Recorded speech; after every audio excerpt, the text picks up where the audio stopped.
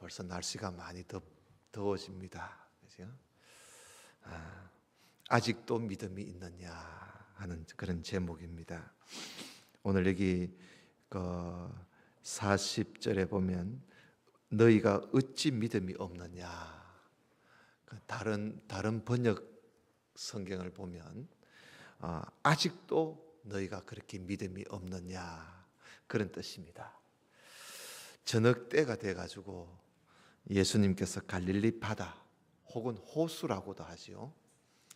그 호수 건너편으로 가자고 예수님이 밤이 돼가는데 호수 건너편으로 가자는 거예요. 그래서 제자들이 예수님을 배에다가 모시고 이제 배를 아마 저어 갔을 거예요. 배를 저어서 이제 갈릴리 호수를 건너갑니다. 그런데 얼마 가지 않아서 갑자기 아주 거센 폭풍이 일어나면서 바다 그 호수 물결이 막 치지 않겠어요? 그래서 그 물결이 얼마나 크게 넘칠거리는지 배 안에까지 그 물이 덮치게 되었습니다. 이러다가는 배가 곧 가라앉을 그런 지경에 처하게 되었습니다. 그래서 이 배 안에 있던 이 제자들은 배 안으로 들어온 물을 막 퍼내야 되지 않겠어요? 물을 막 퍼내고 뭐 어쩔 줄을 모릅니다. 바람은 불지요. 물은 출렁거리지요. 그런데 그 와중에 말이죠. 예수님께서 고물은 그 뱃머리를 말하죠. 뱃머리에 예수님 뭘 베개로 하셨는지 모르지만 베개를 해서 아주 고나게 주무시고 계시는 거예요. 지금 뭐 배가 그렇게 큰 배도 아니고 사람들 그 뭐 얼마큼 탈 수 있는 그 배 안에 지금 뭐 1층, 2층, 3층이 있는 것도 아니고 지금 제자들이 뭐 허둥지둥 대고 있는데 예수님은 아무 일 없는 것처럼 얼마나 피곤하셨는지 배를 타고 가시자마자 예수님이 주무시느라고 정신이 없습니다. 너무나 다급한 제자들이 예수님을 깨우지요. 막 소리 지르면서 선생님, 저희들이 지금 빠져 죽게 생겼습니다. 왜 저희들을 돌아보지 않습니까? 하고 막 소리 지르면서 예수님을 깨웠습니다. 그래서 잠에서 깨어난 예수님께서 일어나 보시고는 바람을 향해서 꾸짖으세요. 바람을 향해서 꾸짖으시고 바다를 향해서 명령을 하십니다. 고요하고 잔잔하라 하고 명령을 해요. 이 말 한마디, 예수님의 이 말 한마디에 그렇게 거세게 불어대던 이 폭풍이 멈추었어요. 그렇게 넘칠거리던 물결이 잔잔해졌어요. 그래서 이렇게 바람과 바다를 예수님께서 잠재워 놓으시고 난 이후에 제자들에게 예수님이 제자들을 향해서 말씀을 하셨어요. 자기를 막 선생님 하면서 소리 지르면서 깨우던 그 제자들을 보고 예수님이 너희들이 왜 그렇게 겁이 많으냐? 왜 그렇게 겁이 많으냐? 너희가 아직도 나를 그렇게 믿지 못하느냐? 예수님이 그 말씀하신 거예요. 너희들이 아직도 내가 하나님의 아들이라는 사실을 너희들이 아직도 그렇게 믿지 못하겠느냐? 그런 뜻이지요. 하나님의 아들 곧 예수님이 너희와 지금 함께 있는데 뭘 그렇게 두려워하고 뭘 그렇게 겁을 먹고 있느냐? 내가 너희와 함께 있지 않느냐 지금. 그런 뜻이겠지요. 거센 폭풍이 불어대고 호수에 물결이 넘칠대고 그 물이 배 안에까지 지금 덮칠지라도 내가 곧 하나님이 너희와 함께 있는데 뭘 그렇게 두려워하느냐? 그 그 말씀이에요. 아직까지도 너희들이 나를 믿지 못하느냐? 나를 믿으려면 확실하게 믿으라는 말씀이죠. 나를 믿으려면 확실하게 믿으라. 여러분, 예수님을 모시고 가는 그 배, 다른 분도 아니고 하나님의 아들 예수님을 모시고 가는데 어떻게 거센 폭풍이 일어날 수가 있고 큰 물결이 일어날 수가 있겠어요? 예수님을 모시고 가는 배인데. 그런데 우리가 오늘 말씀을 보면 예수님을 모시고 살아도 거센 폭풍이 일어날 수 있고 그리고 큰 물결이 일어날 수도 있구나. 예수님 모시고 살면 그런 게 없는 것이 아니라 그런 것이 있는구나. 예수님을 모시고 살아도 어떤 때는 생각지 않는 어려움이 찾아올 수도 있구나. 우리 이걸 알아야 돼요. 예수님 모시고 살면 만사가 형통되는 게 아니죠. 지금 예수님 모시고 가는데도 보세요. 만사가 형통된 게 아니라 이런 어려운 일에 빠졌어요. 여러분, 이런 일이 어디 한두 번이겠습니까? 여러분, 우리가 살다 보면 예수님을 모시고 예수님을 믿고 우리가 살다 보면 즐겁고 기쁜 일도 있지만 때로는 힘들고 아픈 일들도 어려운 일들도 얼마나 많이 있는지요. 사실 기쁘고 즐거운 일보다 어렵고 힘든 일들이 더 많아요. 인생이 그래요. 그렇게 위급한 일을 만나거나 당할 때 하나님을 모시고 사는 우리들은 어떻게 해야 할까? 오늘 그 이야기를 오늘 우리가 이 본문을 통해서 그 말씀을 우리가 들을 줄 알아야 돼요. 10년이 넘도록 20년이 넘도록 30년이 넘도록 교회를 다니면서 예수님을 믿으면서도 아직까지도 믿음이 온전치 못해서 어떤 일만 생기면 벌벌벌벌 떨고 겁을 먹고 두려워하고 그렇게 떨고 있지는 않는지, 너희가 아직도 나를 믿지 못하느냐 그랬어요. 오늘 예수님은 믿음이 없어서 떨고 있는 제자들에게 말씀을 하시면서 이걸 보여주신 거예요. 바람과 바다까지도 파도까지도 복종케 하시는 하나님이 너희와 함께하고 있다는 걸 보여주시는 것이요. 여러분, 예수님 곧 하나님은 우리와 함께 하십니다. 내가 천국 가야 함께 하시는 게 아니라 지금도 하나님은 우리와 함께 하시고 계세요. 함께 하세요. 언제까지? 세상 끝날까지 영원토록 하나님은 우리와 함께 하십니다. 마태복음 마지막 장 마지막 절에 보면 내가 너희와 세상 끝날까지 항상 함께 있겠다고 약속하셨습니다.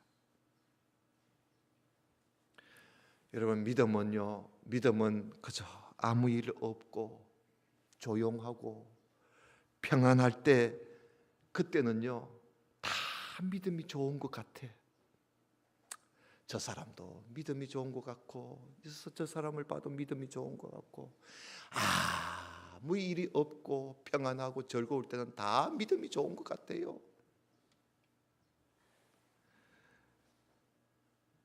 그러나 어려운 일이 생기고 힘든 일이 생기고 고통스러운 일이 생겼을 때 그때 보면요, 평소에 그 사람의 믿음이 어떠했는지 그때 다 드러납니다. 그때 다 드러나요. 여러분들의 믿음은 어느 정도인지요? 여러분들의 믿음의 수준은 어느 정도인지요? 아직까지도 어린아이 믿음에 머물고 있지는 않는지, 교회를 다닌 지 10년, 20년, 30년이 됐는데도 아직까지 믿음이 어린아이 같은 믿음을 가져서 어떤 어려움만 생기면 뭐 어쩔 줄을 몰라 하고 당황하고 떨고 하늘이 무너질 것 같이 여기면서 두려워하고 말이지요. 우리의 믿음이 어느 정도 수준인지. 여러분, 믿음은요, 자라나야 돼요. 예수님의 믿음의 분량까지 자라가라고 사도 바울은 그렇게 말을 합니다. 예수님의 믿음의 분량에까지 자라가라. 우리 믿음은 계속 자라가야 돼요. 아직도 믿음이 없느냐? 주님의 이 말씀, 오늘 우리에게 하시는 말씀으로 들으면서 우리 믿음을 한번 생각해 봐야 돼요. 폭풍이 불어도 그 센 물결이 음습해 와도 내가 믿는 하나님, 나와 함께 하시는 하나님을 내가 꼭 믿고 의지하면서 누가 뭐라고 해도 좌우로 흔들리지 않는 그런 믿음의 사람. 우리 주님께서는 그런 사람을, 그런 믿음의 사람이 되기를 바라고 계세요. 조금만 무슨 일이 있으면 막 믿음이 흔들려 가지고 그러지 말고요. 아무리 어려운 일이 생겨도 하나님 꼭 의지하면서 잠잠히 하나님 바라보면서 기다리면서 흔들리지 않고 모든 거 하나님 앞에 다 맡기고, 여러분, 그런 믿음이 성숙한 믿음이에요. 성숙한 믿음. 그래서 예수님께서 그런 갈릴리 호수를 건너시다가 이런 일을 우리에게 보여주신 거예요. 그리고는 예수님이 갈릴리 호수 건너편에 이제 도착했어요. 도착하신 예수님께서 그 지방이, 도착하니까 그 지방이 그라사라는 지방인데, 혹은 가다라라고도 합니다마는, 그 그라사라는 지방에 예수님이 가셔서 거기에 오래 머물지를 못했어요. 왜냐하면 그곳의 사람들이 지금 예수님이 갈릴리 호수를 건너서 오셨는데 예수님을 보고는 자꾸 가래요. 자기 지역에서 떠나라고, 자기 지방에서 떠나라고, 자꾸 예수님을 떠나라고 떠밀어 버리는 거야. 왜냐하면요, 예수님이 배를 타고 건너편에 가서 그라사 지방에 가니까 아주 흉악한 귀신이 들린 사람이 하나 있었어요. 공동 묘지가 있는 그런 산에서 그저 맨날 뒹굴고 사는 사람인데요, 이 사람이 이게 얼마나 힘이 센지 묶어놓으면 뜯어버리고, 묶어놓으면 어느 누구도 그 사람을, 귀신 들린 그 사람을 제압할 수가 없었어요. 귀신이 들려서 다니면서 소리를 지르고 돌로 자기 몸에 막 상처를 내고 말이지요. 그런 사람이 하나 있었어요. 그래서 예수님이 그 사람 보고요,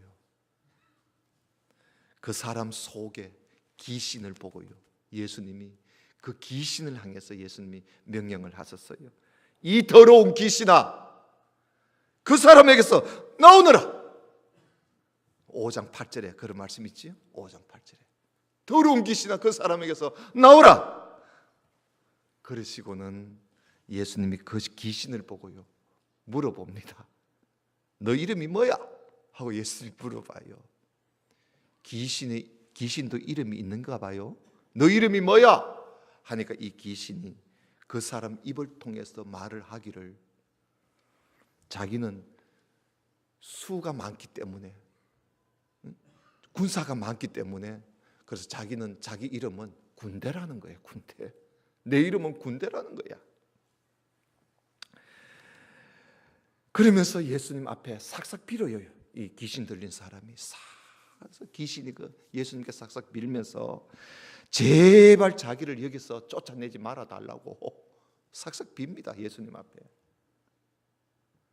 그러고 있는데 마침 저 산에서 말이죠, 돼지떼가, 돼지를 키우는 사람이 아주 거기에서 방목을 하는데 그 돼지를 방목해요. 방목하는 그 돼지떼가 저 산 기슭에서 내려오는 것을 이 귀신 들린 사람 속에 있는 그 귀신이 그걸 본 거야. 예수님 보고 말이죠, 자기를 저 돼지한테로 보내달래, 자기를. 그래서 예수님이 허락했어요. 자꾸 돼지한테로 간다 하니까. 그러니까 그 악한 군대라고 하는 그 귀신의 그 무리가요, 그 사람에게서 나와가지고 저 산기슭에 있는 돼지들 속에 다 들어갔어요, 귀신이. 그러니까 그 돼지가 한 2,000마리쯤 되는데요, 그 2,000마리나 되는 그 많은 돼지떼 속에, 그 돼지들 속에 귀신이 다 들어간 거예요. 그래서 그 귀신이 그 안에 들어가니까 이 돼지들이 갑자기 산기슭에서 막 달려오더니 갈릴리 호수로 다 집어 들어가는 거예요. 호수 속으로 다 들어가서 호수에 들어가 다 물에 빠져 다 죽는 거예요. 이것을 옆에서 본 사람들이 이 사실을 온 동네에다가 알렸어요. 참 소문 낼만 하잖아요. 온 사방에 알리니까 사람들이 예수님께 찾아와 본 거야. 와 보니까 진짜 귀신 들린 사람은 멀쩡해 있고요, 멀쩡히 앉아 있고, 돼지떼들은 저 갈릴리 호수에 다 처박혀가 죽고 둥둥 떠 있고 그런 거야. 그걸 보고 이 사람들이 예수님한테 와가지고요, 제발 자기 지역에서 떠나달라고. 왜 여기 오셨느냐고, 떠나달라고 예수님을 자꾸 가라고 밀어냅니다. 여러분, 이런 기적을 보고도 영접하지 못하는 사람들에게는 예수님이 더 있을 수가 없는 거예요. 귀신 들렸다가 나음을 입은 사람을 예수님께서 집으로 보냅니다. 자꾸 따라 올라가니까 네가 집에 가라. 집에 가서 네 친척들한테 네가 어떻게 해서 내가 멀쩡한 사람이 됐는지 알려줘라 하고는 그 사람을 보내놓고 예수님이요, 그 지역에 더 있지를 못해요. 그래서 예수님이 배를 타고요 다시 건너가요. 건너왔던 그곳에 다시 또 건너갑니다. 여러분, 예수님을 영접하는 사람, 예수님을 받아들이는 사람, 예수 그리스도를 믿는 자는 그 사람을 영접하는 자라 그러잖아요. 여러분, 예수님을 믿는다는 것은 예수님을 영접하는 겁니다. 밀어내는 게 아니고 영접하는. 예수님을 영접하는 자에게는 하나님의 자녀가 되는 그런 권세를 주시는데, 그러나 끝까지 예수님을 받아들이지 않고 영접지 않는 사람은 하나님이 어떻게 하실까요? 하나님이 억지로라도 영접케 하실까요? 하나님은 절대로 그렇게 하시지 않습니다. 우리 생각에는요, 하나님은 전능하신 분이라서 온 천지 만물을 다 하나님의 뜻대로 다 만드시고 다 이루신 하나님께서 사람을 믿게 하려고 하나님이 힘을 가해서라도 그 사람을 하나님 믿도록 해주면 참 좋겠다. 하나님이 막 그 사람을 막 아마 멱살을 쥐고 데리고 와가지고라도 하나님 믿도록 해줬으면 좋겠다. 우리는 그렇게 바라고 있을는지는 몰라도요, 그 하나님 몰라서 하는 소리입니다. 하나님은 절대로 그렇게 하지 않아요. 사람이 마음으로 하나님을 받아들이지 않으면 하나님도 어떻게 하지를 못해요. 사람에게는 그래요, 하나님께서. 왜냐하면 하나님은 사람을 하나님의 형상으로 지었었기 때문에, 그래서 지음받은 우리 인간은 하나님과 같은 인격자예요. 인격을 가지고 있어요. 그래서 하나님은 그 인격자인 한 사람에게 자유의지를 주신 거예요. 자유의지. 명령을 순종해서 영생을 소유할 것인지, 아니면 불복종해서 영원히 벌을 받을 것인지 네가 선택해라 하고 하나님이 그 선택권을 우리 인간에게 주신 거예요. 그 우리가 선택이 우리한테 달려져 있는 거예요. 그래서 하나님께서 다루시기가 제일 힘든 일이 바로 사람을 다루는 거예요. 사람을 다루는.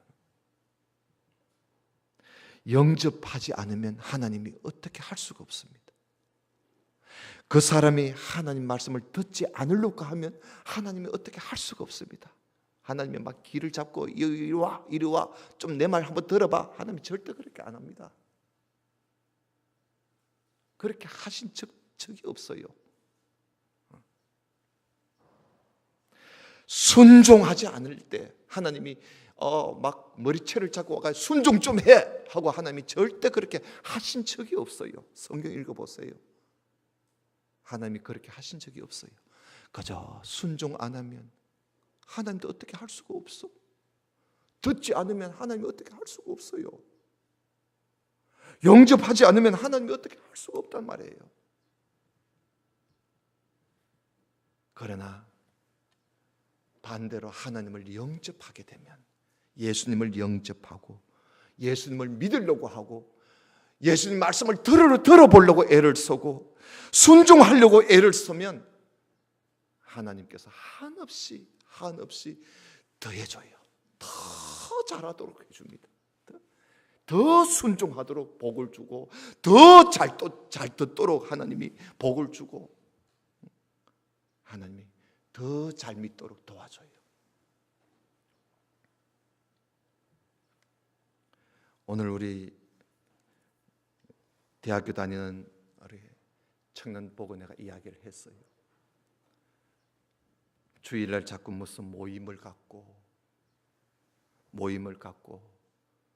예배를 자꾸 빼먹고 거기 자꾸 가면 자꾸 그 모임이 또 생기고 나중에는 주일 자체를 빼앗아 버린다.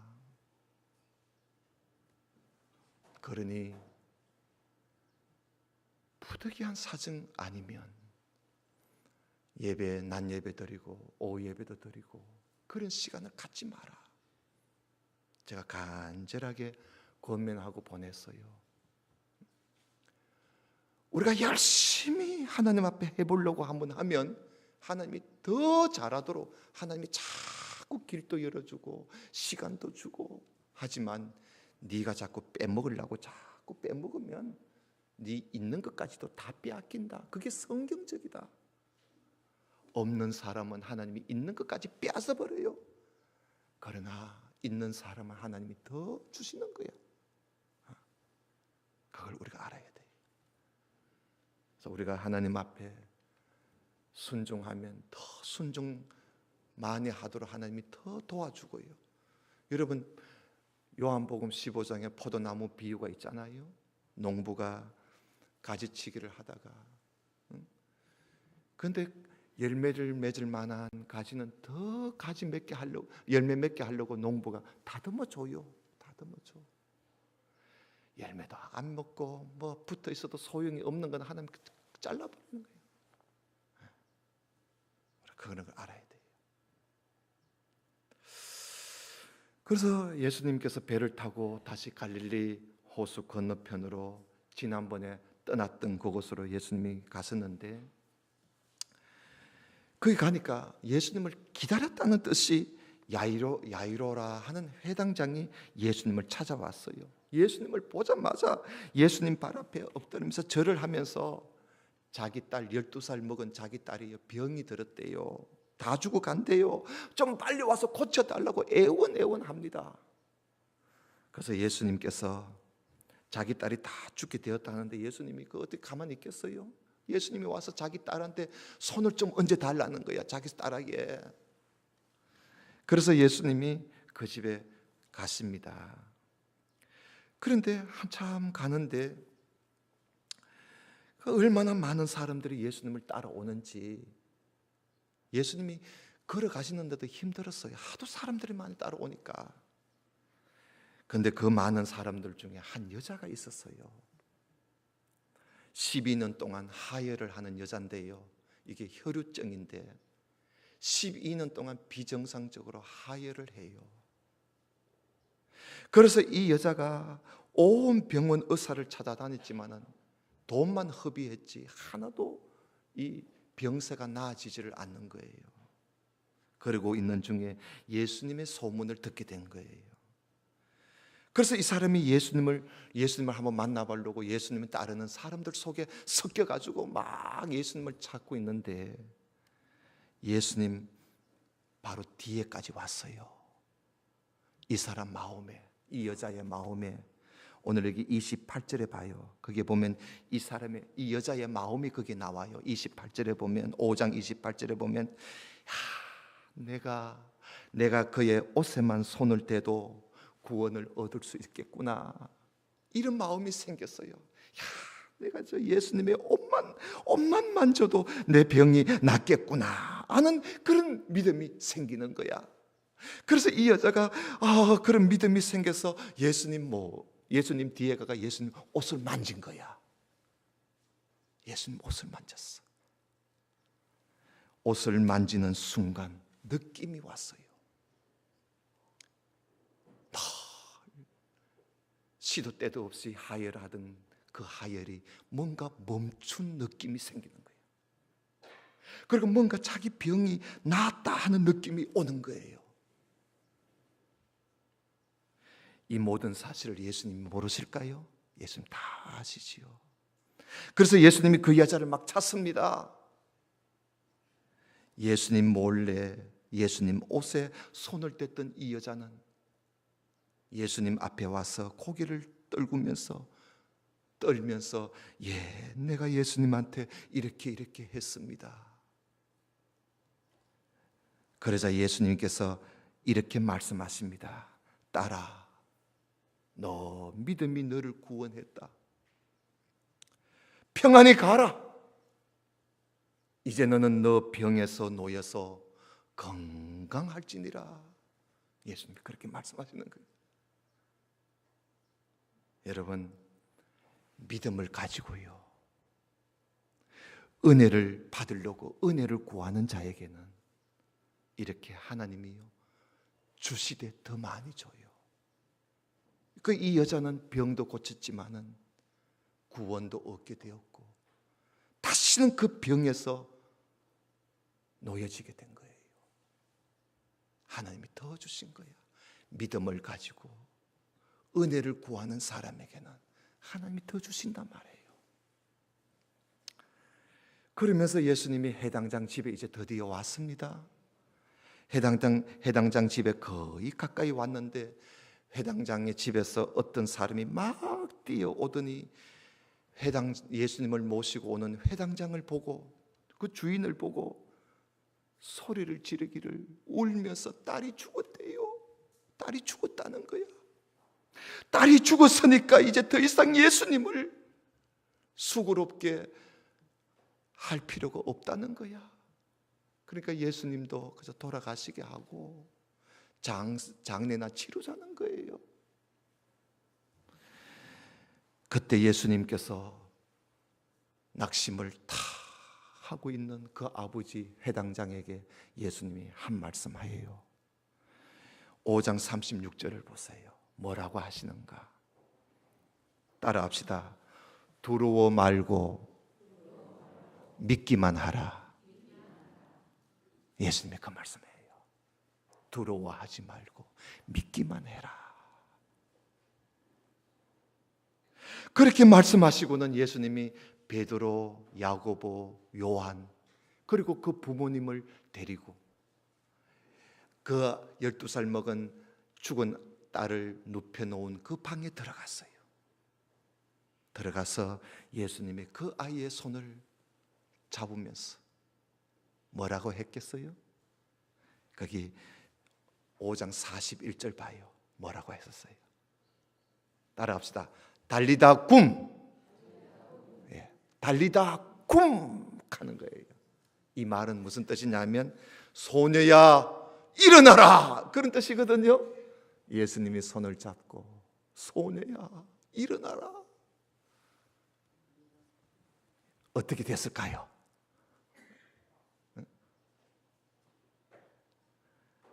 병들어 방금 죽었던 이 12살 먹은 예쁜 딸이 누웠던 자리에서 일어나더니 걷기까지 하는 거예요. 걷기까지 하는 거야. 여러분 오늘 말씀을 보면서 두려워 말고 믿기만 해라. 아직까지 믿음이 없느냐? 아직까지 믿음이 없느냐?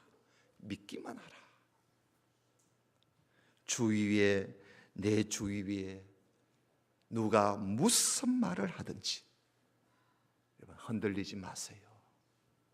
흔들리지 말고 두려워 말고 믿기만 하라 하는 주님의 이 말씀을 마음에 꼭 새기고 정말 믿기만 하고 사는 그런 우리 모든 성도가 되시기를 주님 이름으로 축원합니다. 기도드립시다. 아버지 하나님 감사합니다. 오늘 우리 주님께서 너희가 어찌하여 아직까지 믿음이 없느냐고 참 안타까워 하시면서 말씀하시는 주님의 그 음성 우리가 들으면서 오늘 우리에게 주시는 말씀 두려워하지 말고 믿기만 하라 하는 주님의 이 말씀을 우리가 꼭 마음에 새겨서 살아가면서 우리에게 무슨 일이 있어도 그저 주님만 의지하고 주님만 믿고 나가는 우리 모든 믿음의 성도들이 다 되게 해 주시옵소서. 예수님 이름으로 기도드리옵나이다. 아멘. 축도합니다.